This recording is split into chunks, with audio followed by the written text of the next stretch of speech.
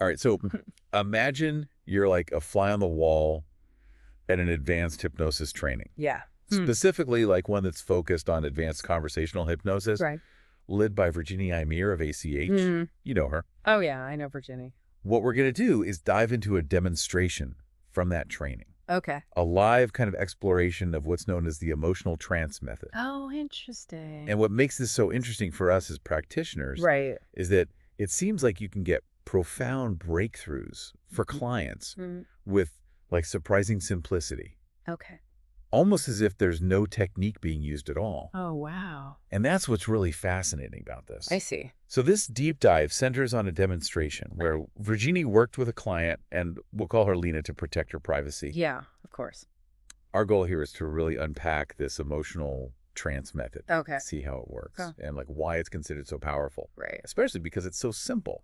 And we're going to draw on observations and reflections Okay. shared by the participants after they witness this firsthand. Gotcha. So let's like step into Lena's experience right at the beginning of this exercise. Okay. She described moments where she had to like search far to find the answers to questions.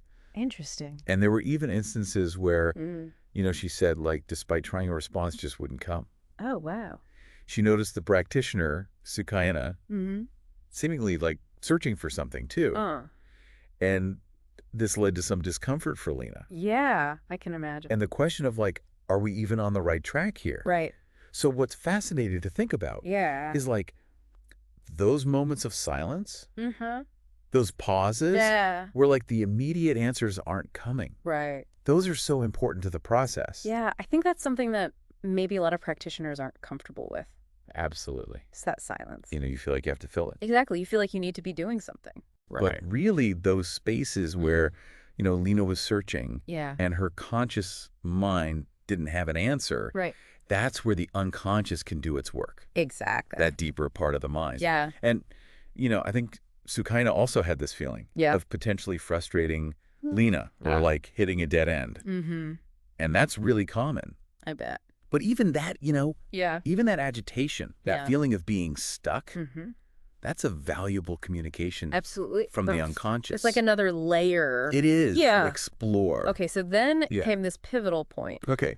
where the emotional trance method was introduced. Right.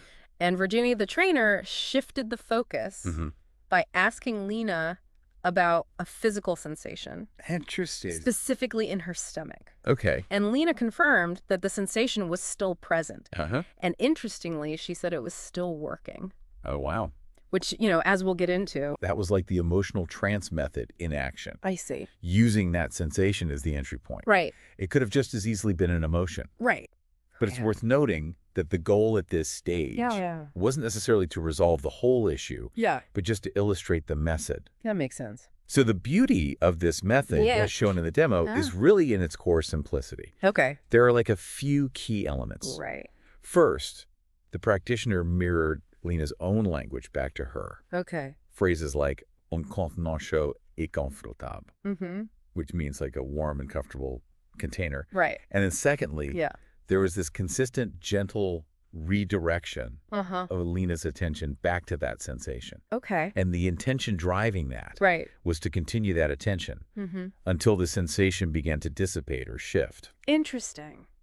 So the logic here is really insightful. The idea is that the physical sensation itself is the unconscious coming forward. Oh, wow. And the unconscious mind has formed this unique connection, a specific meaning between Lena's situation or challenge and that physical sensation. Wow. So by attending to and ultimately like resolving that sensation, the unconscious is essentially working on the underlying issue.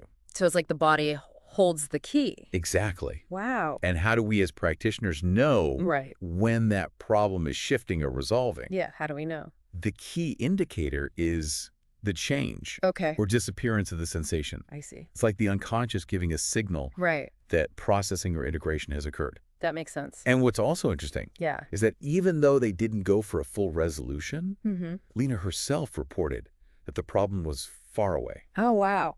Which suggests a shift in taking place. Even without full resolution. That's pretty huge. And then there's this other really interesting moment When Lena said that the problem felt distant, and Virginie immediately followed up with, "It's not that simple." Interesting. Which, on the surface, might seem contradictory. It does. But it was explained as a subtle test. Oh, okay. A way to see if that shift in perspective was real and integrated. Gotcha. And this would be explored further later in the training. I see. So it shows the nuance, even in this straightforward approach. Right. So from Lena's perspective, she described feeling guided by the repetition of her own words. Oh. And by that, anchoring back to the physical sensation. Interesting. She even said the experience was quite pleasant, like she felt held. Wow. And she enjoyed the feeling. That's really cool. And she said that with each repetition, she felt more impregnated and infused by it. That's amazing. So it really highlights the power of attention and the client's own language. Absolutely. And it wasn't just Lena's verbal responses that provided insights. Right. The other practitioners observing noted all kinds of nonverbal cues, unconscious expressions Interesting. throughout the interaction. Like what? Things like Lena touching her chest area. Okay. And little movements and expressions in her face, especially during moments with more emotional weight. Right. And, you know, those nonverbal cues are super informative. They are? They give us another layer of understanding about the processes happening below the surface. Right. Like shifts in posture, Yeah. subtle facial expressions. Those can be indicators of unconscious processing and the emotions connected to the issue. Wow. It's about seeing the whole person. It is. Not just the words. I agree. So this demonstration of the emotional trance method really shows us the power of focusing on present moment sensation and the client's own language. Absolutely. And it seems like such a direct pathway to the unconscious mind. It really does. Allowing for breakthroughs without complex techniques or suggestions. It's like the simplicity is the key. It really is. That's amazing. So it underscores the elegance and potential of this techniqueless approach. Right.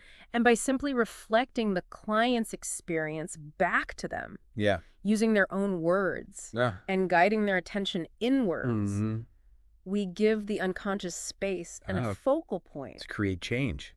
Exactly. It's beautiful. It is. Really is. So for all you hypnosis practitioners listening, what is the spark in you?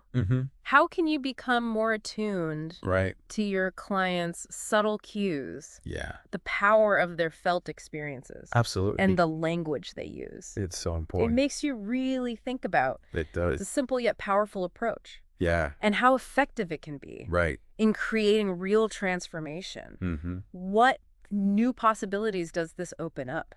It's really exciting to think about. In your own practice. It is.